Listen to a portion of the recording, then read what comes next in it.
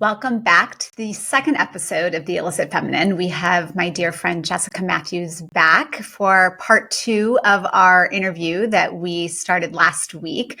Jessica is an amazing coach and shadow worker and person, and I'll let her share a little bit more about herself. We are going to be continuing where we left off, but Jess, why don't you just reintroduce yourself just for anyone who might be listening to this show for the first time? Yeah, absolutely. So I'm 40. I'm divorced. I don't have any kids. I'm single. I absolutely love the world of personal development. It's been a part of my life and my world for the past decade, and it has absolutely transformed my life.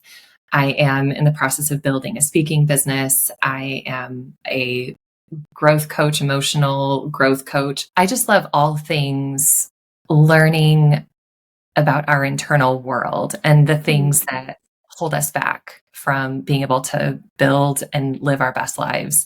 And I'm a true believer that everything that we have is within ourselves. It's just a matter of unlocking it and becoming awakened to those things. And so this is why it's so exciting having this conversation with you today and being on your podcast, because it's everything that I feel like I've journeyed, and I know we have journeyed in our life in the, 7 years that we've known each other. I think we're saying 7-ish years.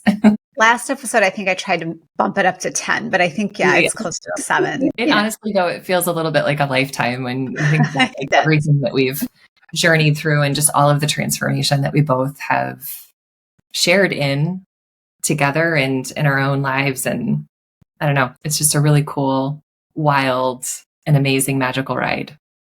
It absolutely is. I think you're one of my favorite people because while we've been walking separate paths, they intertwine so much, and it's similar experiences. You've given me so much wisdom and so much support and love and guidance throughout the years. And I'm just very grateful to have you in my life. And I can totally echo that. It's wild to me how I know that there's been different seasons where maybe months, or I don't even know if we say years, because I don't think it's been as much as like a year has passed. But even just if it's several months in between, the ways that we can reconnect, and it just feels so divine. Like every single interaction, connection, no matter what time has passed, it's always been beautifully supportive in my life too. The ways like that you are, how you're wired, the way that your brain thinks, and the ways that just how reflective I feel like we both are. We're both very self-reflective, but then there's just so much curiosity, I feel like, for both of us, which also makes it really fun to have so many different conversations. There's so many like sparks and things that awaken, I think, within, and based on what you're saying, but just for myself too, of the ways that, my life has just changed by just having a conversation with you. Just a quick like check in, asking how you're doing. All of a sudden we're 5 minutes in and I'm bawling because. Yeah, but I think that's one of the things that I love about you is your emotions are like, you let yourself feel your emotions and they move through you, right? And that's just the releaser part of you. Jessica and I share a background in shadow work, and archetypal wise, releaser is letting emotions move through you. And you do that so beautifully. And again, that's one of the pieces of you that's an inspiration for me. And I love that. And thank you for saying that. It's interesting to think about. I know last week when we were talking about what I contributed to like the breakdown of my marriage and like emotions, not having an emotional awareness or like self-awareness was a really big piece to the puzzle. And an interesting thing to think about is how different releasing from a toxic place versus releasing from a more self-aware place. I think that's a great, and also like an aligned place. I think that anytime that we're not in the toxic, punitive releasing place, having said that, I do want to put like an asterisk. There's a place for that. When you are in a safe container, okay, so containers like space, right, with a safe person who isn't the person that you are having feelings about. That is not who you consider your safe person to share with.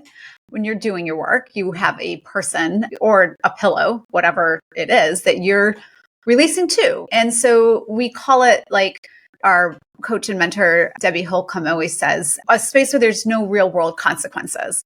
Toxic is when we are lashing out at other people, I think, when we aren't And we're in punitive emotion. We're either crying to make somebody else feel bad so we can be manipulative and get our way. Again, I don't think this is totally conscious. I think there's subconscious motivation behind that. Or like raging on somebody because we're using them as a punching bag. But what you're sharing a little bit more is like being in the self-aware, like aligned place. So just to point that out a little bit for our listeners, but please continue with what you were saying. Yeah, absolutely. And just thinking about to identify what, I guess like what toxic would mean, I always liken it to like when shit comes out sideways, there's the part of us, the subconscious part of us that wants to just repress and deny certain emotions, certain experiences, certain things, because we have a judgment about the way that we were feeling. And so the shame, which like runs rampant, in my opinion, in society and in our world and like within all of us in different capacities, different ways. Especially women. Yes. So the ways that we were shamed for things and then we feel shame about our shame.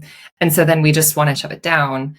But at some point, it's got to come out. Emotions are energy and motion. Like emotions need movement. They need to flow. They're not meant to be stored in our bodies. And so over time, that's how repress, deny, all of a sudden it just like, it explodes. And that was like the stuff that happened in my marriage when I was in a really unhealthy emotional place because I didn't have awareness around what was happening. Emotions have to have a place to go eventually because they can't just stay. And so that's where they can be like really toxic. And that is the value and the importance in being able to start learning about those things, as we also learned from Debbie, is that emotions are navigating tools. And I firmly believe that there's information in it for us when we can shift from a place of like maybe having judgments around things into like being open and curious. That's what I love about our friendship and our relationship, Elizabeth, is there's so much curiosity and openness to like, let's dance with this. What is here? What is coming up? And I feel like we don't necessarily live in a society that encourages curiosity and fosters that to say, hey, what if we could lean into this? What if there is something more here that we can dig into? But it's so taboo, right? Like shame, for example. Oh my gosh, it's such a negative emotion. But I think that you and I both can speak to the fact that, man, like shame has been probably one of my greatest teachers in terms of all of the emotions, like the greatest one for me because of how much it silenced me for so long and how like actually my liberation has been to no longer be silenced, which is why we're sitting here even having this freaking conversation, which is wild also. Everything you just spoke to is exactly why like the Illicit Feminine podcast was born, because it's these taboo subjects. It's these things that are going on that there's not enough conversations going on about. Women and shame, not necessarily getting stuck in where we've been, but it is necessary to look at where we've been so that we can create something new, I believe. Women and shame is synonymous in so many ways. I lived in shame for so long and it almost took me under, right? And it doesn't even have to be things that somebody else would find shameful. It's like a personal, like whatever that might be for you. And just to speak a little bit more about what you were saying of allowing ourselves to feel the emotions, right? Because if we repress them, and this is the other side of it. Yes, they become toxic either way. They're either toxic when we explode them out or they're toxic when we implode them in, because that's what dis-ease is, right? Our issues are in our tissues. It's scientifically proven now, thank God, even though I think women have known this for hundreds and thousands of centuries, that illness comes from, there's an emotional component to it. And so the more that you like repress, it can implode in you and show up in your body. And when we are doing body work, when we're doing somatic work and we're releasing that energy, because it just makes sense if it's getting stuck, like it is stuck. And so then it fucks with everything. So as you're saying and sharing with about your growth, it is such a beautiful just transformation. Like, yeah. And I think that's the other piece of this is that naming these things, like naming the different pieces and not having shame around our emotions. We don't have to have shame around the shame. And just to go back a little bit, like, I do believe that there is a time and a space for the toxic emotions. Like, I think if we can get those out of our body too, but it is just not doing it with that person, having somebody in the best case scenario hold you and support you, and then not feeling inhibited by really getting whatever's in out, because then that clears your mind to have a different perspective, like you were saying. So before even getting to the point of being in the full expression of the emotions, it had to start with like feeling safe enough to be able to even go there. Because everything in my upbringing, okay, so let's say, I'm trying to think how old I was in 2015 when I started working with my first coach. I maybe like 30-ish? I was probably around 30-ish. And so for 30 years, like all of my life, I had learned one way of living, and it was external. It was all people pleasing, codependency. In the realm of church, it just became so much about everybody else telling me how I'm supposed to live. And so then to be in a place of even being remotely open to like connecting with myself or getting to know myself, that was such a foreign concept. I couldn't even relate with that at all. And so it started with like, number one, just like starting to talk to somebody about what was going on. And then of course, like slowly but surely, I started feeling safe enough to name more of what was going on. And yeah, I definitely had moments of feeling embarrassed, but she was such a safe place for me. And it was such a place of like non-judgment and just acceptance. And so it is really important. And I guess I just want to like caveat this. Like, it's really important when seeking out counsel, whether it's with a therapist, a coach, whoever, really having that safety piece. If you do not feel like you are safely being held and where there's a space that's being created for you to begin to open up, then it's going to hold you back from really being able to explore. And so it's like super important for that to feel aligned. And with saying that, though, the thing that's also really trippy about it is never being in that place before. Like, I was in a new exploration. Yeah. I started working with her. And in the ways that I was feeling so afraid of all of it, of everything, slowly but surely, it took a couple of years. But then I was like, I started opening up and I started realizing, oh, this is real and this is safe for me to feel the things that I'm feeling. It's safe for me to express. And I was being encouraged to, which was so opposite of what my upbringing was. Like, my upbringing was more like, oh, these feelings are bad. Like, these are intense. Like, you aren't supposed to feel all these things. And then to be encouraged in it, to say, okay, and then how do you feel about that? And even more, like, what's coming up for you about it, to be able to have space to explore it. It's just profound, but it's a process. I'm just eating up everything you're saying. It's the journey of transformation, and it's those little incremental steps, and then they shift. Yes. They shift. I did want to, so our last conversation, if you haven't listened to the first part of Jessica and Mai's conversation, I really encourage you to go back, because we talk about religious dogma, we talk about betrayal, we talk about self-abandonment, self-repression, and then we start to talk about sexual repression. And then we start to talk about awakening.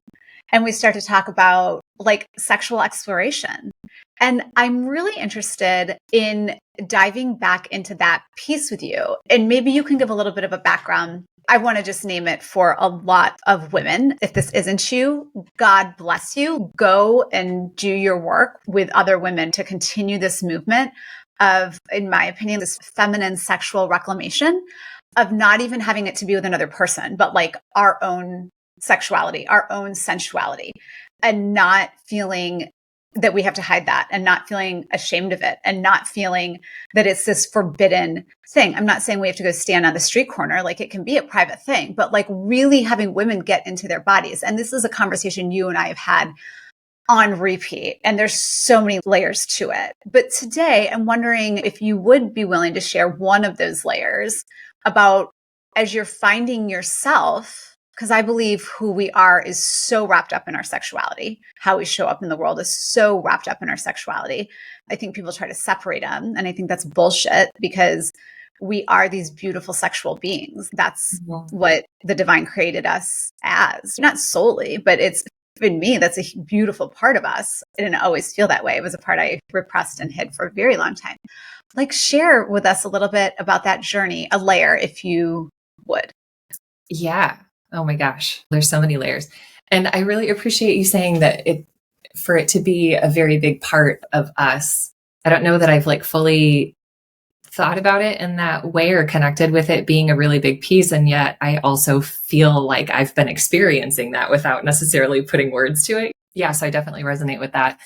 So I think one of oh my gosh, where do I want to go? Let me think about this for a second.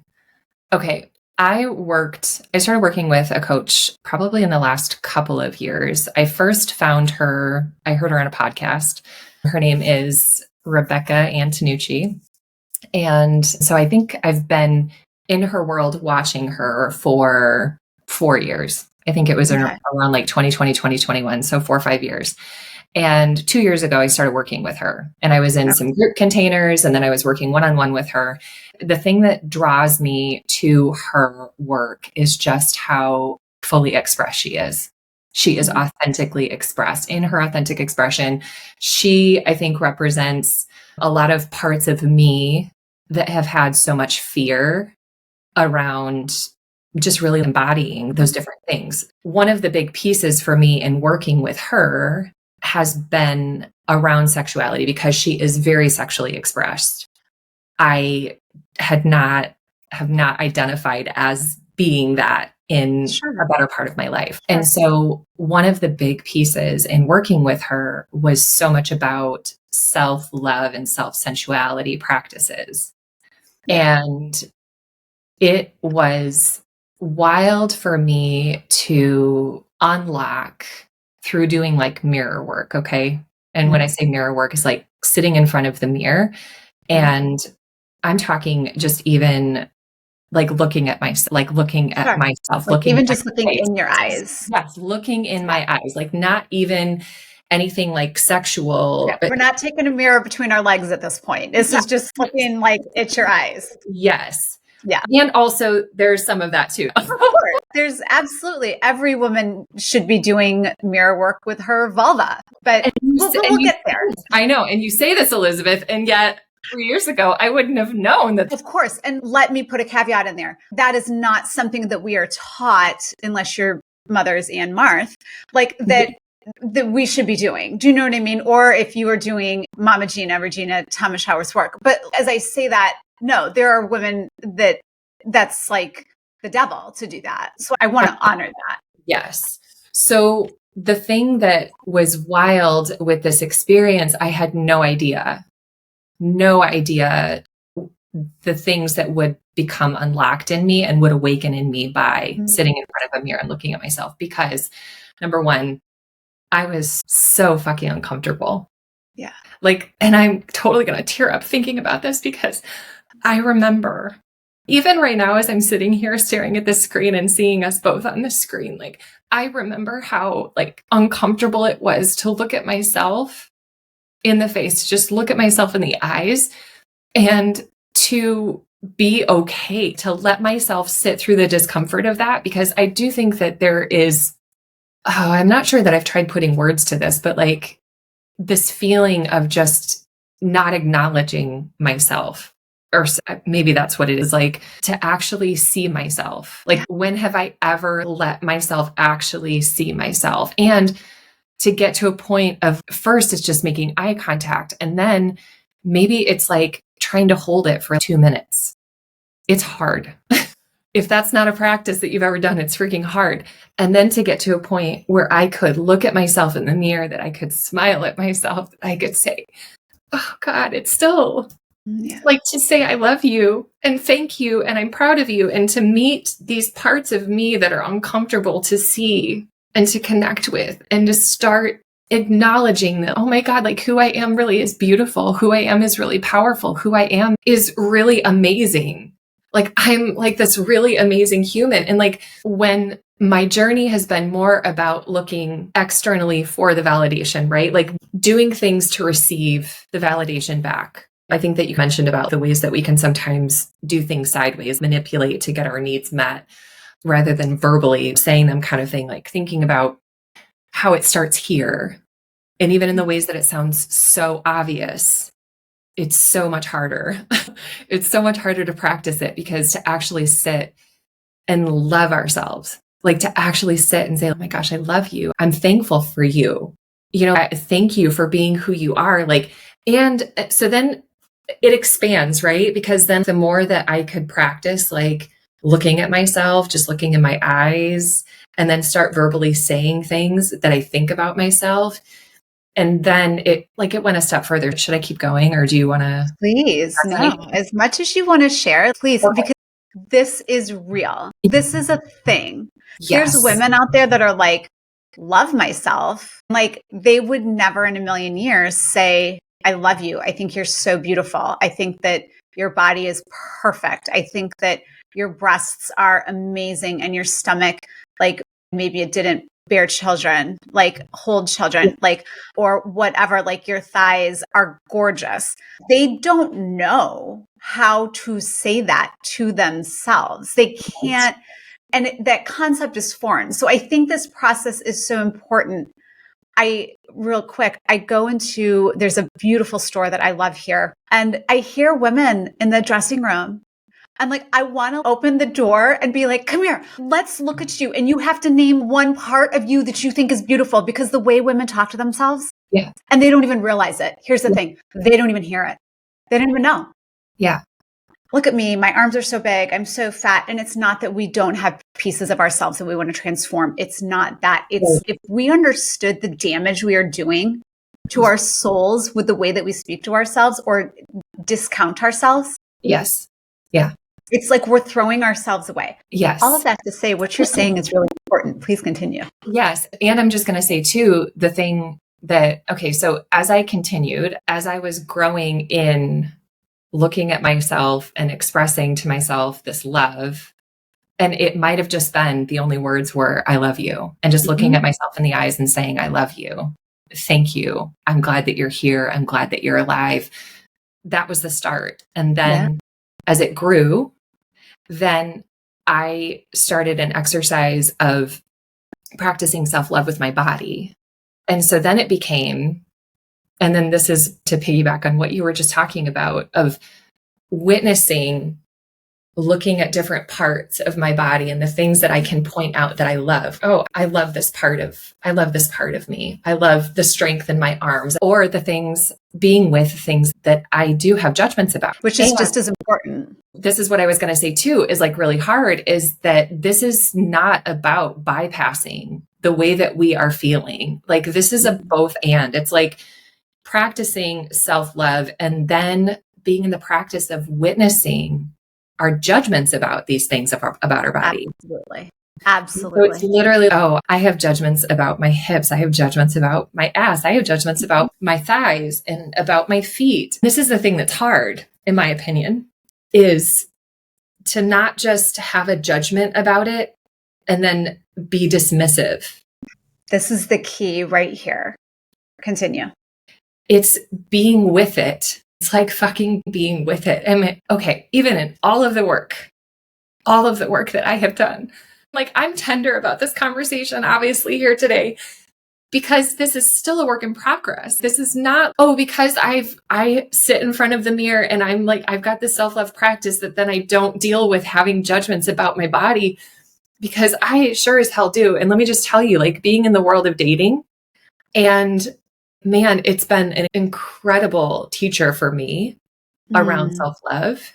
And it's this continual invitation to keep loving myself, because there are so many things that want to come up around, oh my gosh, like he's ripped. He's got a really nice body, or and like immediately go into comparison about all that I'm not. Like, oh my gosh, like I'm not as fit as I was 2 years ago when I did CrossFit. Like, I don't have, my hips have changed. My body has changed. Like, all of these things that have changed about me, and the ways that I just want to slip into, that I'm not a fan of that, but then dismissing it, right? And just not actually being with it. And so the practice of being in front of the mirror is acknowledging those judgments that we have and being with that judgment, like being with how I'm feeling about that. And then can I just take a step? Can I take a tiny step to extend love to that part? Like just like tiny, like even if I'm not feeling it, like being in a place of, wow, and yet how is this supporting me right now? Like this part of my body, like it represents for me right now the ways that my body has changed from when I did CrossFit to how it is now, and how it's different than the way that I like, oh, that was like the fittest I ever was. And I have a judgment that like that was a more attractive Jess than what this is now. And yet what I also see is that the injury that I had, it caused me to have to slow down. Through the slowing down, I've been able to get to know my body more. And what a fucking gift that has been for me. Yes. Because even though it's hard that visually there's something different that's happening with my body, it's like, I also like love who I am. Like I love who I've become. And it goes so much deeper than just the physical, but it's all just a part of healing the relationship that I have with my body. And my gosh, like we talk about people in our life being mirrors and thinking about being in the world of dating in the ways that sometimes I'm just like, how in the heck is somebody going to think that I'm whatever? Like when the dude's got freaking, I don't know, I dated somebody that had, I can't even believe I'm saying this right now, like probably 6% body fat. He was so ripped. And I had it's so interesting to be in the space of wanting to think, because I don't have a six pack, because I don't have this like perfect type body, that somehow I'm inadequate, that somehow I'm not enough. Like what a beautiful lesson that was for me, that it's, oh, Jess, it's so much more than the physical. And it's helped me to grow in being able to be like, I get to love myself in every single season. And the people that are meant for me, the people that are meant to be in my life, they're not going to pass me by. And I just want to point out the practice here. We have more, but if you can imagine, there's two parts of you. You have this inner child, or this, like you could say, a wounded part of you, or the insecure part of you, ego. It doesn't really matter what you call it. And then you have like your wiser, like inner being, like the God part of you, the divine part of you. And when Jessica was talking about, it's not about bypassing. So yes, when I want to rip open the dressing room and say, look at these parts of you, it's not about people, you can't jump from like that vibrational frequency from like A to Z, right? It's not going to work. So when Jessica is really talking about this beautiful practice of incrementally, like even just being like, maybe when you start mirror work, it's just like, hi, that's all it is. And like you were able to say, I love you. As you continue going on, it's about being able to recognize how you feel. So maybe the parts that aren't necessarily how you want them to be, or there's shame around for whatever may have happened. It can be a myriad of things for people.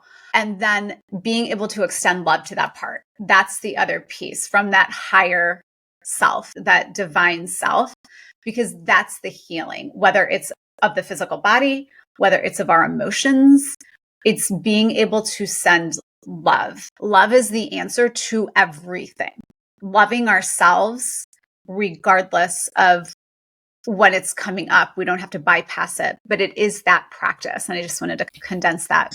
Yes, thank you for condensing that. The other thing too that I was thinking about is like something about, and I know that there's a psychology piece to this, which I'm probably not going to have the language specifically around, but thank God, because let's just do it not in the psychological language piece, yes. Right? Let's do it in the real piece.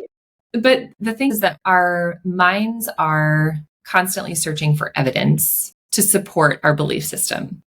Yep. So if we have a belief system around our body, around the way that we are, whatever, then we're going to, there's just a subconscious part of us, I don't know the terminology, that is going to continue to seek out experiences and evidence to support that. To start changing the ways that we maybe look at a part of our body, if we've got judgment about something, to change it, to start having love and acceptance for it. One of the pieces that's been really profound for me is asking a question, or almost like making it a curious thing of, and I'm just going to use my legs as an example, my thighs. is an example. So I will have judgments about them, but then asking the question of what if my thighs are here to support me? What if I could love and accept this part of me? And the thing about the what if question that has been really profound for me in my healing and manifestation journey has been that it immediately, the brain starts to look for answers for evidence to support that. And so it's a process, right? It's not like it's an overnight thing. We didn't overnight get to a point where we would have self-hatred towards these parts of us. Right? It's a process to be able to get to that point of acceptance and love. That's like one reframe that has been a softening of sorts to be able to just say, oh, what if this is here for me? What if I could love and accept this part of me? What if I could extend a little bit of compassion today to the parts of my body? I love that. I think that it's also like that what if it's like it takes the pressure off also of having to have a certain mindset. I hate the word positive, but like positive mindset about something. And the what if does allow us to be in curiosity, right? It allows us to be in that open space of possibility. So as we close, I can't believe it's already time to like wrap up. What would you say being more fully embodied in your own femininity, more fully expressed in your own femininity, how has that changed you and how has that manifested in your life? So I would say the biggest thing has been the ways that I have experienced so much more groundedness and regulation within myself. I've been able to learn tools around, oh, this is who I am because of the separation that has taken place with people pleasing and codependency. That journey's been so supportive for me in being grounded into, okay, who am I actually? Yeah. And the more that I can tap into my authenticity, the more it's like the most fulfilling feeling. It feels so good to be in my authenticity. Like even in the ways in this conversation, the ways that I even got emotional, even that being able to give myself permission to feel those things when they come up rather than trying to shut it down or think that, oh, I shouldn't be reacting in this way or whatever. It's been the most liberating thing.